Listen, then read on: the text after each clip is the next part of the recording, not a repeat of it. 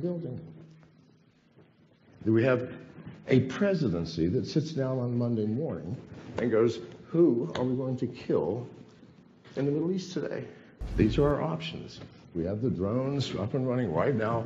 Tell us which button to push. This is the reality of this world. And you are all paying for it. And me. You are. You have an opportunity to change that, because what does the blockchain do? It takes the power from those who push the buttons, make the decisions, chooses who lives, who dies, decides how much more you're going to have to work for the government for free so that you can live a normal life. It changes that into something where we are all equal participants.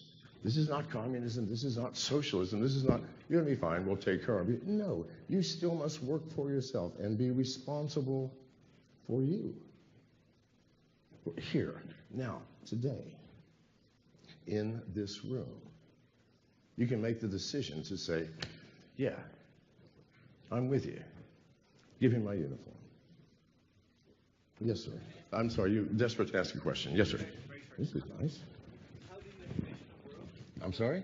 How do you envision a world where governments can't collect taxes? I'm sorry, what governments can't?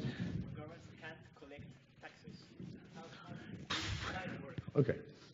All right, now, fortunately, this gentleman asked, how do you envision a world where governments can't collect taxes? Fortunately, I ran for the presidency under the Libertarian banner in 2016, and I got to answer this question 1,000 times. Do you realize that when America was first founded, there was no taxes? Nothing. Why was America founded? We hated taxation. The Boston Tea Party, they're taxing our tea? No, sir. Throw it in the ocean. That was the beginning of this country. For 100 years, there were no taxes. How do they do it? There was a thing called use. Pay for use. What would that mean? In today's world, how many people drive on freeways? All of you, yes? Who does not ever drive on a freeway? Okay, now, who created the freeways? Mostly the federal government. We're doing it for free. I get to drive on this nice road, and people come out and maintain it 2 or 3 times a year, and it's smooth. I can almost sleep while I'm driving. Well, why don't you pay for that?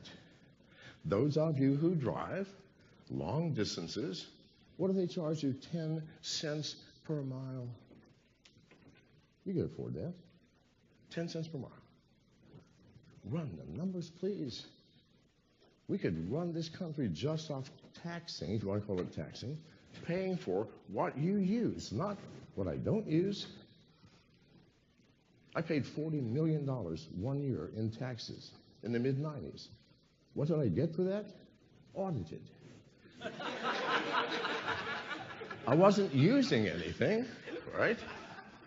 Nothing. And so I actually called and said, okay, I've calculated the average wage for the American federal worker. I want to talk to my 800 employees. Where are they, please? No, they're not there. So if I'm using the road, I should pay for the road. If I'm going to a national park and enjoying something that has been preserved for hundreds of years, I should pay for it. That's not taxing you.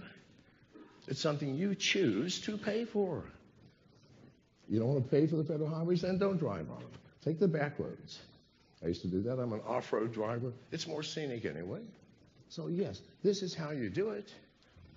We don't have to think in that same box that we're living in. How do we want a government without taxes? Pretty damn easy. America did it for 100 years. Did that answer your question? Anyone else have, by the way, a pressing question now, because I may not get you later? Yes, sir? Let's just make this question time. Yes?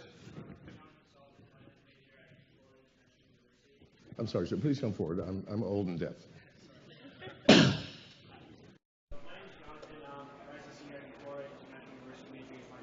Yes. I have a question regarding blockchain, obviously. So you mentioned earlier that with the internet we gain so much, and we have to pay the price of our currency. In order to benefit from the internet. blockchain, there's currently so much growth and innovation in this technology, but at what price do we have as human beings benefit from this technology? I think I understand your question. What is the price for what our benefit is? Well, it depends on us. Let me give you an example. The promise of the blockchain and cryptocurrency is a transformation of our world. It has not happened in the way that I would like to see it.